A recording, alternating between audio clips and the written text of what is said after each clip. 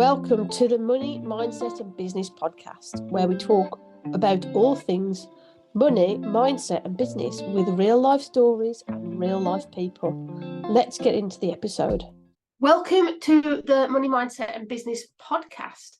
I'm actually here today with a special guest. This is my mum, Margaret, and we're here with a special episode today about breast cancer, because we are in Breast Cancer Awareness Month in October.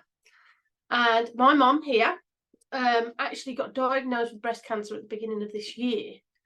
And it was an interesting journey, and I've brought her on here today to talk to you about her journey, how she got to being diagnosed, what the journey was from diagnosis to where she is right here today. So, Mum, I'm going to call you. Start from the very beginning. Where did it all kind of kick off? I would say it kicked off last October, so a year from where we are now. And I've always examined my breasts regularly because I have a history of cysts, and that goes back 30 odd years. So I've always checked regularly, had mammograms every year. And one of the things that a lot of people don't know is it's not just feeling for lumps, it's actually holding your arms up in a mirror, and if you see a dimple, then it's a little notification point. Well, last October I did my usual exam. I mean, I only did it once a month. I wasn't like examining all the time. And I held my arms up against the mirror and there was a dimple, and I thought, that wasn't there before. Had a little fertle around and there was nothing there. But I rang the doctors and they said, right, come in. And the doctor looked and said, yes, that is a dimple. I'll get you a mammogram sorted, which was done in about 2 weeks. And the mammogram came back negative. They said, keep an eye, but at the moment we can't see anything. So roll on to Christmas last year. And in my December examination, just before Christmas, I held my arms up and the dimple was bigger. But this time I could feel a little lump, and I thought, it's Christmas time, it's not going to make that much difference. So I thought, I'm not going to upset the family. I know it's there. I know it's not going to explode in the next couple of weeks. So I waited till New Year in January. I'm just going to interject here. At this point, myself and my sisters and whoever else in the family had no idea.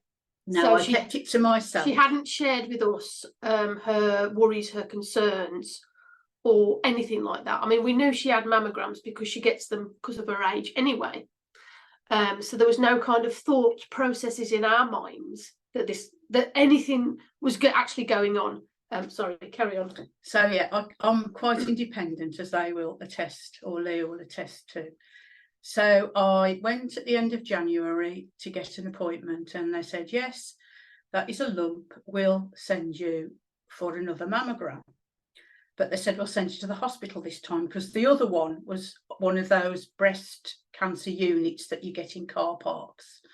And they are thorough because I've gone to them for years, but obviously nothing showed up. So this time, because she could see and feel the lump, well, she couldn't see the lump, she could feel it, the doctor, she said, I'm going to suggest a mammogram and an ultrasound, because we know there's a lump there. So I think it was about a fortnight later, I had an appointment to go to Russell's Hall, which is our local hospital. Incidentally, it is very good with breast cancer, I found out. It's a very hot thing that they do. And I had a mammogram, and again, it wasn't picked up. And I said, this happened last time. I said, I did have a dimple in my breast in October last year. And they said, sometimes they don't. But they said, we'll do you an ultrasound, which they did. And there it was. And they said, yes, you've got a lump. Do you mind us taking biopsies? And I said, no, of course not. So I had 3 biopsies taken from the lump. And they said, because we've got a lump and because we've taken biopsies, we'll book you in for an MRI scan. At this point, we were aware. because my mother looks after my children. Sorry to interject. No, it's fine. My mum looks after my children. So after they took the biopsy, she was quite sore. And it was at this point that she had informed me and my sisters and her sisters of there was some sort of investigation going on at this point in time. So we were aware at this point, but we weren't initially thinking, right, it's cancer. No, because I've had numerous cysts in the past, and numerous times I've had to have them medically excised, which means the fluid pulled out. So I went for an MRI, which Leah has had one before, I hadn't, and she warned me it was loud. That is an understatement. Yeah. And because they were looking for various things, they put a dye in me.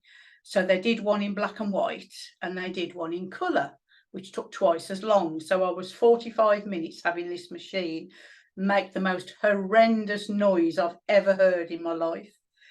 And then I went back a few weeks later for the results, and they said, yes, the biopsies had come back to say it's cancer. The MRI confirmed this, that it was not just a lump, which was about the size of a pea, which isn't a lot, obviously, but there were filaments behind it. So they were a bit concerned about that. I'm going to interject here as well. When my mum found out that this was actually cancer, because we weren't worried, she actually went to this appointment by herself. Yeah, they asked me. They said, have you got anybody with you? And when they said that, I knew it was going to be a bad thing. See, I remember her coming out of the appointment, and you messaged me, I think. And I told her to come round my house. She wasn't due to, I don't think you were due to come round, were you? And I was like, days. Come to my house right now from the hospital, and let's talk about this. Because I mean, there was, not anymore, there was a sense of guilt from myself anyway. I can't contest for my sisters, but for me, for not being there for her. But then I came to realise is, if she wanted me there at that point, she would have asked me. And this is obviously something that she wanted to do on her own, which is perfectly fine, because it's her life, it's her body, and it's her kind of journey to go on. However, I will interject that from that appointment, she was never alone again. No, I wasn't. Anywhere I had to go, I had company. So I went for this appointment, and I initially said, okay, what sort of surgery? Because I know of people that have had breast cancer, that have had lumpectomies. And I'll note a little bit of humour here. I have always been very, very small breasted, but since I've got older and gone through the change, I've actually grown a pair of boobs for the first time in my life. And the one that had the cancer was the bigger one of the two. So I was gutted. It's taken me like 60 years to grow these things, and then I'm going to have it cut off, because that's what they said, because of the filaments behind where it was. It's not fit. It wouldn't be feasible to do a lumpectomy, because chances are I'd have to go back and have the rest of it removed. So the only thing to do was to have a full mastectomy on the one side. Can you explain to people who are listening the mental journey that you went on? Because I remember having the conversation with you. We were talking about lumpectomy or mastectomy. And I remember you saying to me that you feel that as a woman, your breasts are quite prevalent in being who you are as a woman. They make you a woman, your boobs. And that was a conversation we had when you first found out you needed to have it removed. But then along the journey, you changed your mindset around it. So can we talk about that journey, the mindset side of stuff? Well, yes, I think I was shocked. As I say, I went on my own to have this diagnosis. And I said, well, I thought it might be, especially when you kept asking me whether I'd got anybody with me. I said that was a bit of a giveaway. So my initial thought was, I've grown this boob and now I've got to have it cut off, because I said it's just not feasible to have a lumpectomy. And so I thought myself, how can I feel like a woman like Leah said, breasts are an outward sign of being a woman. And as you get older, I mean, I'm not with anybody. I've said to Leah, if I was with somebody, that would have been completely different, because I would have been wrongly probably thinking about them. Well, are they still going to love me with only one breast? Am I going to feel like being intimate with them if I've only got one breast? And because that doesn't apply, because I'm on my own, I sort of worked it through in my own head. And I thought, well, I either want to be dead or I want to be alive. And I want to be alive because I've got 3 daughters and grandchildren who I love very dearly, and they love me, and I want to be there for them. So that, I think, was the main reason for me agreeing to the mastectomy. And, well, if you don't like me for who I am and how I look, then you're not a friend of mine. And to be fair, all my friends, I've got male and female friends, all my friends have been really supportive. But you always have that seed of doubt. Well, if I don't look like a woman, will they see me as a woman? This is the men, of course. But they've all been absolutely fine. I've got son-in-laws, I've got brother-in-laws, and absolutely fine. And I've got friends that are male, as I said, and I told them, and they were initially shocked, but they said, well, as long as you're okay. And that's exactly what they meant. I mean, we weren't in any relationships or anything, but I'd known them like 25, 30 years, so they knew me as me. And I said, so you don't think of me any different? They said, well, no, because you're still Margaret. Would you say there was a fear, or there possibly like a fear of rejection? Yes, there was. From people. That was definitely it. I think sometimes with people, they hear the word cancer and they don't know what to say. So instead of trying to say the wrong thing, they distance themselves from you. And I didn't want that to happen, because I haven't got many friends, but the ones I've got, I've known a long time, and they mean a lot to me. So, but realistically, I knew they would be okay. It's the men that I know, because men are notoriously silent on everything. You know, they're just men, and that's it. Women talk about everything under the sun, but men just don't mention it. Hence, that's why loads of men die of prostate cancer, because they literally won't tell the doctor that they've got issues. So it was from them, but they all were quite honest with me and said, no, it's fine. You know, we just hope you're okay and you're better. I think that is actually a testament to who you actually are. Yes. Because you have attracted and magnetized people into your life that are like-minded, and therefore if there was anybody actually in your life that was going to have an issue with it, they're not supposed to be in your life. No, I've been very choosy over friends over the years. I've been upset and hurt and maligned. I was bullied at school, but we won't go into that. So I've always had a very sensitive issue around people that I know. And as I got older and had the girls and then had the grandchildren, I became more confident in me as me and trusting my own judgment. So as Leah said, the people I have around me are good for me, and people who don't make me feel good or rub me up the wrong way, or as I say, they make me feel spiky, I sort of tail things off, because a lot of people, because I'm quite a positive person, I always have been, a lot of people bleed me dry. I go there and I talk to them, and all they want to talk about is them and how things are, and it's never a two-way conversation. And I used to feel drained. I'm thinking, well, I've known you for like decades.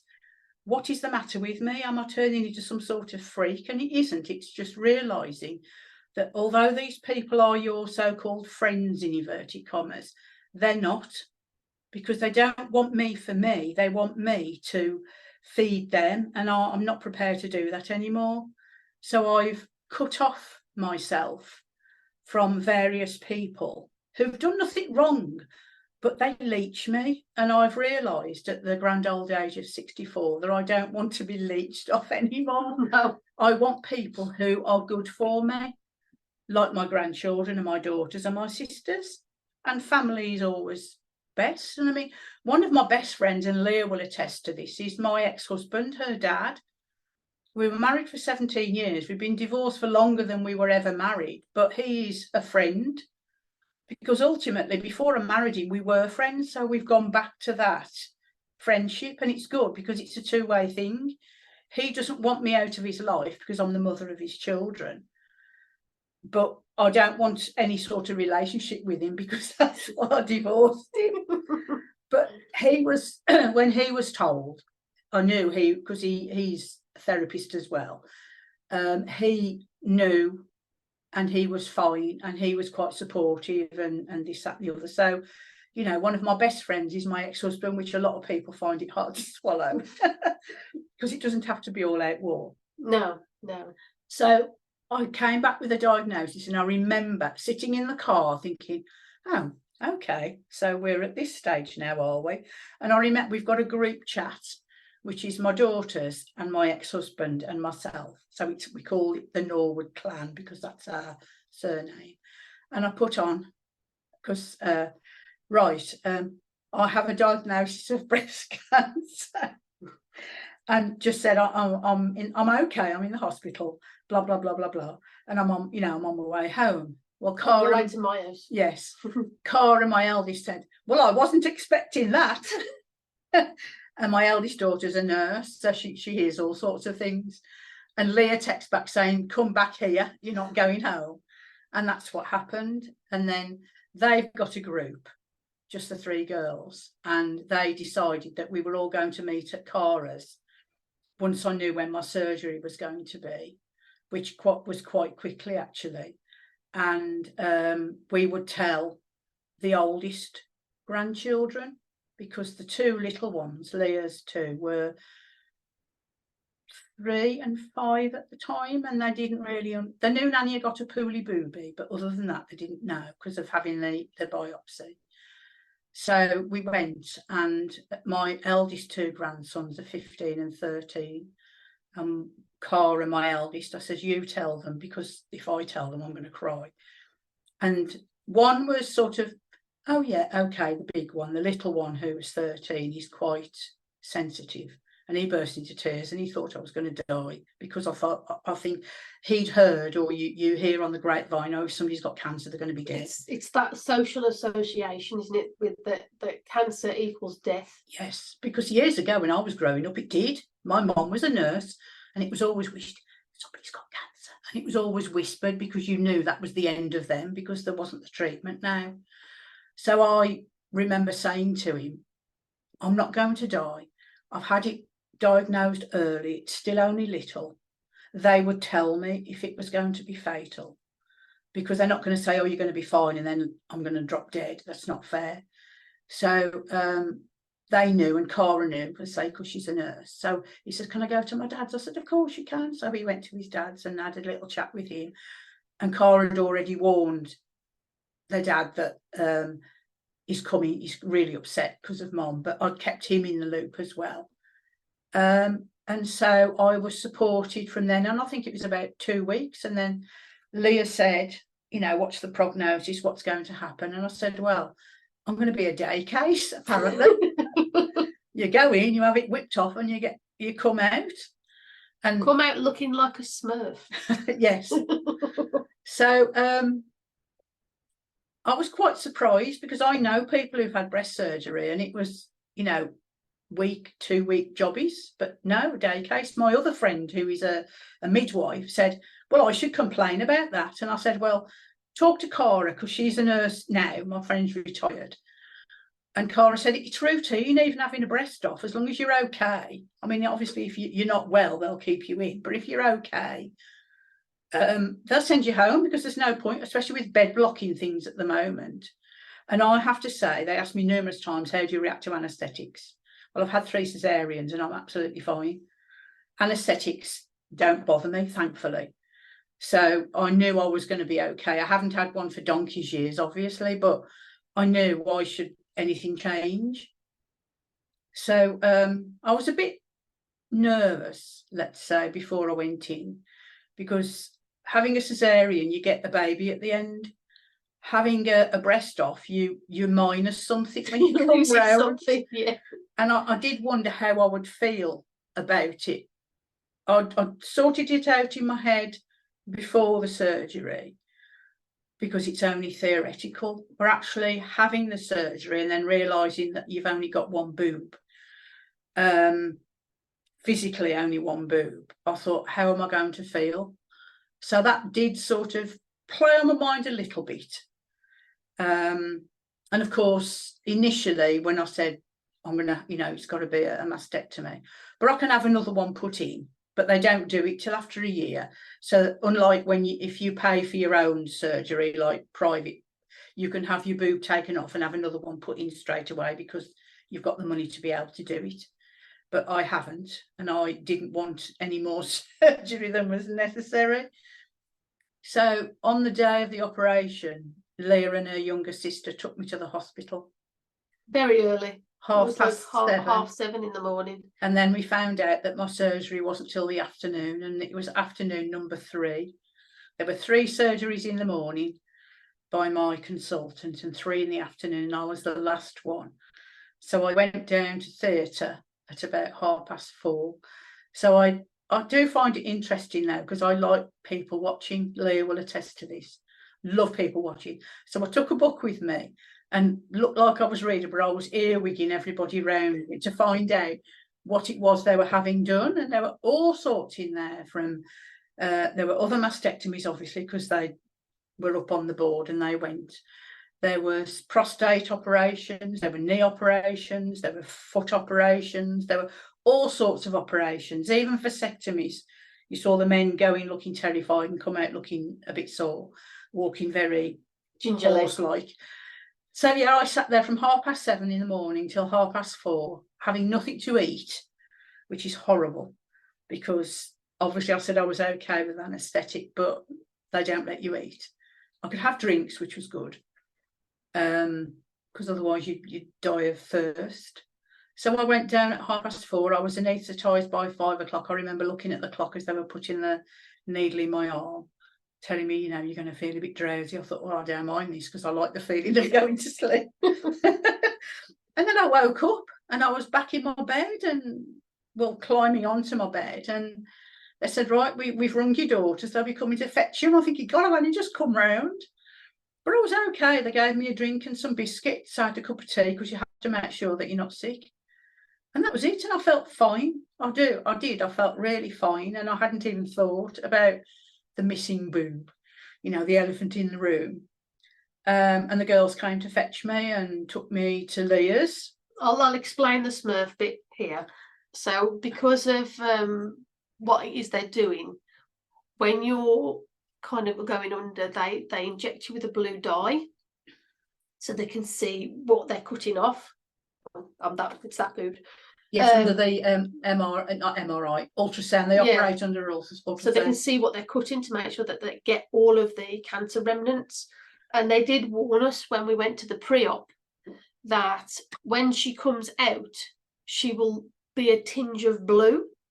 And she was. Because I'm very pale. She was a tinge of blue. So her skin was, she's pale anyway. So adding blue into pale, she looked even paler. It's like ghost looking, because it was like a blue white tinge. That was funny, that was. But yeah, so she did come out. They did say I looked like a Smurf. Yeah. And yes, your wheeze blue for a few days. Well, greeny blue, and my eyes were blue, and oh yeah, it's very, very strange. So yes, I came home to Leah, and Leah says, right, Mom, you're staying here for a month, because I know you, if you go home, because I was told not to do certain things with my right side because of, muscles have to be cut and everything. It's not just a case of lift and cut. They have to do all sorts of things to nerves and muscles and, everything. And she says, I know you, if you go home, you'll start doing stuff. So the only way she could stop me from doing stuff was to be here. And so there I was. Was it longer than a month? I can't remember. It was about a month. It was a month, and I had an appointment to go because, of course, I couldn't drive anymore. So I had to be taken, and that for me was horrible because I like to do my own thing, and I felt guilty about asking Leah or Tom, her husband, to drive me somewhere, but I physically couldn't do it on my own. I wasn't strong enough to go to the bus stop and get a bus, and besides, the jingle jangle of the bus would hurt because it was very, very sore. It's a 12-inch cut from there all the way under your arm, and very neat. You know, it was very, very neat. I was quite impressed, but it hurt like hell. And you don't realise the muscles you have in your arm and your chest until you have them cut and stitched back together again. And Leah and I, while I was recovering, Leah and I did a lot of talking about how I felt emotionally about it. Did I miss my breast? And to be fair, the first couple of days I did, because you get used to having something there and then it's not there anymore, only pain. But I got used to it, and I think it was probably just before I went back home that I said to Leah, I don't think I'm going to bother with the surgery next year. I'm okay the way I am. And I'd got an appointment about that time to see the nurses. I'd seen them once, and they took my steri strips off, and it was a dissolving stitch, so I didn't have to have any stitches out. And a couple of weeks after that, they said, right, you come and be measured up for your breast, your false boobie. Prosthesis. And so I went, and by that time I'd come round to the idea that I didn't really want any more surgery. I was beginning not to hurt as much. I could move myself about. I was doing my exercises every day, and it was hurting a little less each day. And Leah's kids, I mean, oh God, it was brilliant.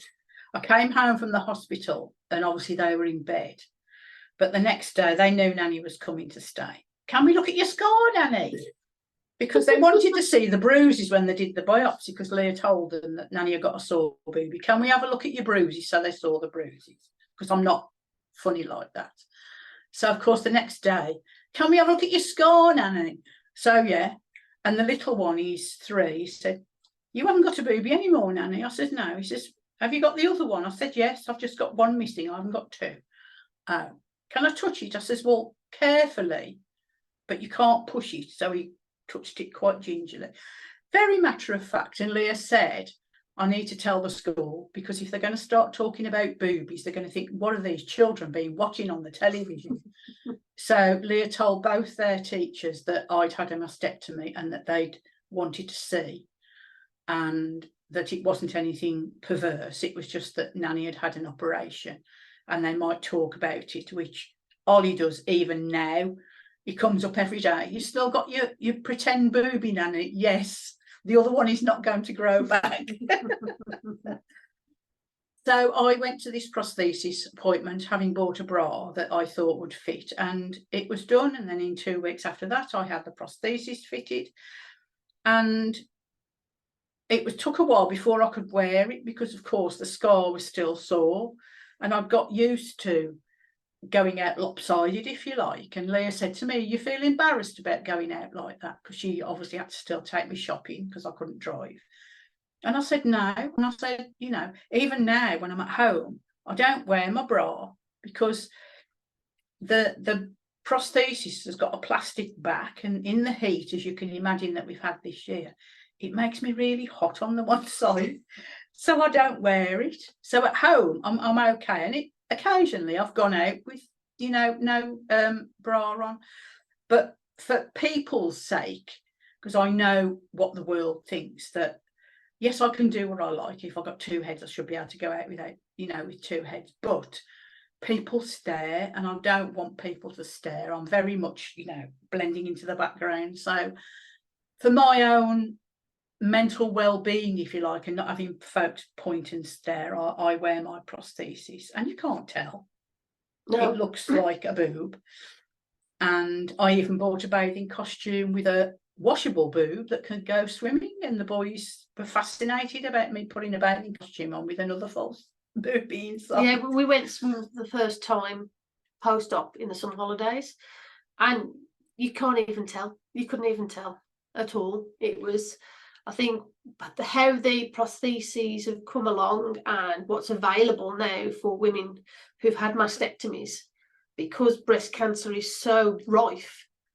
There's a huge market out there that's allowing women like my mom to just go out and feel normal again, without, like she's just said, people pointing and staring, going, "Oh, you've not got a boob." Which for some people, they don't want that. They just want to get on with their lives. They don't want to be a talking point or a person of conversation in somebody else's minds. No, I think if I'd have had the boobs I had before, which were little, I probably wouldn't have needed a prosthesis. I could have put one of those little chicken fillet things that you used to put in years ago on Wonder Bras. That would have managed. But because since my menopause I've grown a pair, it does look very odd. So I didn't want the attention, because I hate attention. I like to blend, as I say. So if I've got two, I blend. So talking about timescales here, so we're talking October was when you first found the dimple. December you saw the dimple got bigger. January you had your appointment with the GP. You were in with mastectomy and ultrasound by the end of Jan. Is that right? No. It was planned then. My actual operation was the 6th of March. No, what about the ultrasound? Oh, right, the ultrasound and the MRI. Yes, that was 2 weeks apart. The ultrasound was the end of January and the MRI was middle of February. And you had the operation? 6th of March. So it was 6 weeks, basically. So 6 weeks from GP appointment to operation. And that just goes to show how important and how much it's come along in terms of the NHS supporting women with, well, I mean, it's not just women that get breast cancer, men get breast cancer as well, but supporting people with breast cancer. My mom, because she checks herself often, she caught it really early, and she's been given the all clear. Yes, we must mention this. I will interject now. Go for it. They told me when I'd had my operation, my surgeon came to see me. He said, "We're sending your tumour to Florida." And I said, "What?" And they said, "We work with people in America, in Florida in particular." And he said they have a laboratory there that grows your tumour to see whether it will flare up anywhere else. Don't like the likelihood of it coming back. Because mine is estrogen fed. So estrogen obviously is the female hormone. So that's why a lot of women, the type of tumour I had, get it because we've got estrogen. That's what makes us women. And he said, so they'll grow it in the laboratory and find out whether it's going to flare up anywhere else, either in your second breast or in your ovaries, which obviously are full of estrogen. And he said, we'll get the results probably when you come and have your nurse's consultation after the operation. So my tumour went on its holidays to Florida, and I said, I wish I was going with it. But that's what they do. You don't hear anything about this. We know, Cara said to me, my eldest, who used to work at Russell's Hall, she said Russell's Hall have got a very good reputation as regards breast cancer. A lot of hospitals now specialise in certain things. They don't, a general hospital used to be, it did everything, but now it doesn't. And living in the West Midlands as we do, we are very, very lucky because we've got quite a number of hospitals in the area that specialise in different things. The Wolverhampton Hospital, for instance, is good with hearts and strokes, and Russell's Hall is good with prostates and breast cancer. And Birmingham hospitals, because they're massive, have got lots of strings to their bow as well. So I would have gone to Russell's Hall anyway, even if it hadn't have been my local hospital, because they specialise in dealing with breast cancers, and because they can do this in conjunction with the people in Florida, they get a lot better outcome from treatment, and because they don't like to give you treatment that you don't need. Years ago, the first thing in my head, as soon as I realised I was going to have a mastectomy, I must say, was that means chemotherapy, radiotherapy, which is of it sometimes, well, in my case, it would be worse than the tumour, because the tumour didn't cause me any issues because I caught it really early. All it was for me was a dimple and a lump. So I was very, very pleased when they sent my results back from Florida that it wasn't going to grow, it was encased, although it had got filaments behind, which is what they checked. It hadn't got anywhere. So if I'd have left it probably 6 months, those filaments could have gone into my body, into my lymph nodes, which were clear. They had to take lymph nodes out. Yeah, they actually said her body hadn't even realised it had cancer. Because I caught it so early, because the lymph nodes catch it straight away and they flare up, and they couldn't find them when they did the ultrasound. They couldn't find them when they did the MRI, but they took them. They caught it a sentinel node, which, if you like, is what it says it does. It's the sentinel. So any infections or anything going around in that area, it's alerted and it swells up, and so they can check. But the sentinel node, which they took out, was fine. So I knew ultimately, when they said that I wasn't going to have to go through. And they did say initially, if the score from Florida is over 50 towards 100, you'll have to have chemo. Radio, wasn't it? No, but you'd have to have radio anyway. Yeah. But because mine must have been quite a low score, I think it was 20 something out of 100, no chemo and no radio, because Leah did say, if you've got to have radio, you're going to stay here again, because I'd have to go every day for radiotherapy, and radiotherapy is very, very nasty. But because I'd caught it early, I didn't need it. So I've been very, very lucky. And one of the things I said to Leah all along was, I'm waiting to burst into tears, because I felt, because I've got breast cancer at the time, because I've got to have a breast off, because part of my womanhood is going to go, I felt like I should burst into tears and, like, woe is me. But it still hasn't happened. And all I can say is that I just feel it's like it was somebody else. I know it was me because I've got no boob, but I haven't felt the need.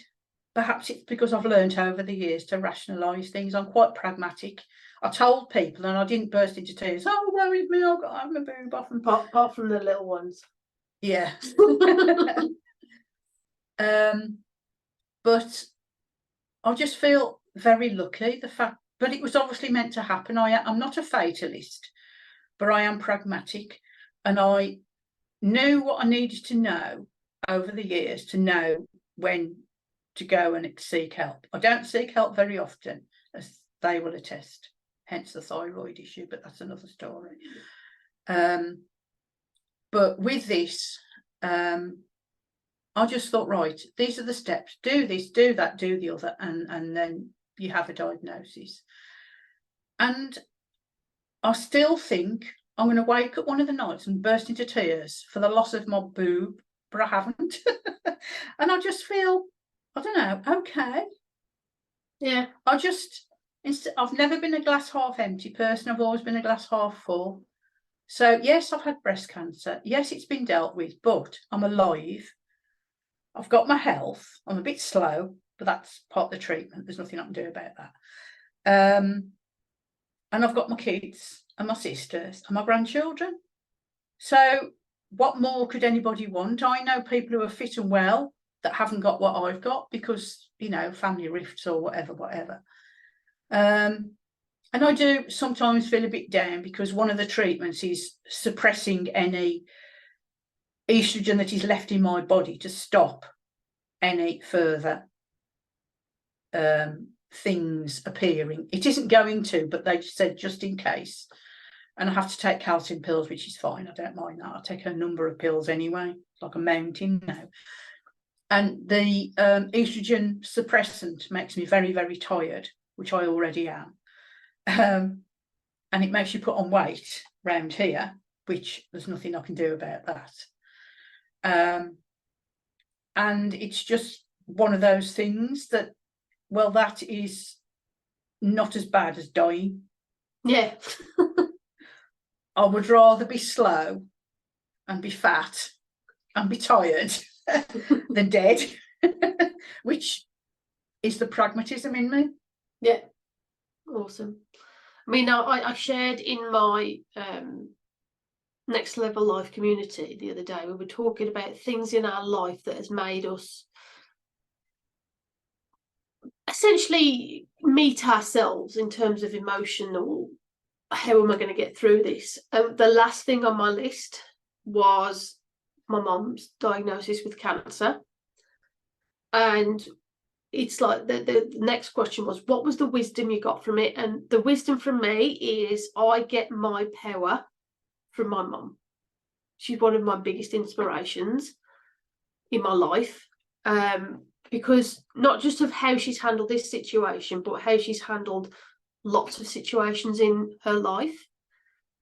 And she's had some tough ones, really tough ones, which this is not the place for that conversation.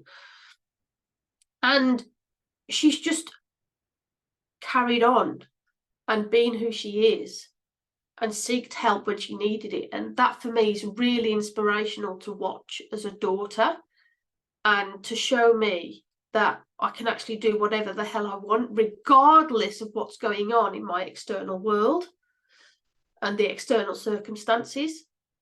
So I get a lot of my power from my mum.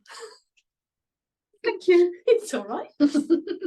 Anyway, I wanted to bring her on today to talk about this because it's Breast Cancer Awareness Month, and the importance of checking your breasts often. And if you do have a worry, even if it's nothing, to go and get it checked. I myself had a lump. I went to the GP. The GP felt the lump. I got sent for an ultrasound, and it was actually just bruised breast tissue from my youngest and his elbows. However, I felt the lump and I did something about it, and I was checked within 2 weeks of going to the GP. And that's how quick it happens. And whether it's a bruise, whether it's a cyst, whether it's cancer, whether it's just something doesn't feel right to me, go and get yourself checked. It's not, we pay into the NHS. The NHS is there, and if it is something that is going to change your life, you need to know now, not in 6 months' time. Can I just make a last point, please? Of course you can. Don't just feel. Hold your arms up and look for the dimples. Kind of like this sort of motion. And if you do it in front of a mirror, you will see, because if you've got breasts, you can't see underneath. You can feel, but you can't see. And my dimple was below my nipple. So looking down, I couldn't see it. I could only see it in the mirror. And another thing, which is what they told me at the hospital, mammograms don't always pick it up. And which is why last October, although I had a dimple, they couldn't find anything. But because the lump appeared at Christmas and the dimple had got bigger, I knew then that I was right. So if you have a dimple and a lump, pursue it. And if they say, oh, the mammogram came back negative, don't accept it. Because a lot of people since, I've listened to a couple of people over the last couple of weeks talking about breast cancer, because it is the month for it. And all of them, without fail, have said their routine mammogram didn't pick anything up. But if you have an ultrasound, if you feel something's not right, have an ultrasound, because the ultrasound will pick it up, because it goes deep into the tissues. Yeah, I mean, what they did say was, obviously when they did the MRI, I think they said it was like the size of a 20 pence. Yeah. And then when they actually took it out, it was the size of a golf ball. So it had got bigger. So even in those few weeks, which was probably about 4 weeks, it grew quite rapidly. So if she'd have left it any longer, it would have got bigger. And it might have been a different story. And it could have been a altogether. completely different story. And I could be sitting here today with a mum who's gone through chemo and radiotherapy, or I don't even want to think about the alternative. But so yeah, carry on. I say it's made my girls, who are all raised, because I've had cysts, they've always done breast examinations on themselves, but it's made them more aware. And I've got 3 sisters, one of whom had cancer, not breast cancer, but it's made my sisters aware as well. Because if you've got estrogen, you can get an estrogen fed tumour, and because we're all women, we can get it. It is what it is. So they are all going to have mammograms because they're all getting on anyway. And the change, which is 2 of my sisters have gone through it, one of them is yet to. The change is when it can show itself, because the change is in your body. Yeah, and that's it for today. Thank you very much for coming and chatting. Thank you for asking me. And I will speak to you all soon. Bye.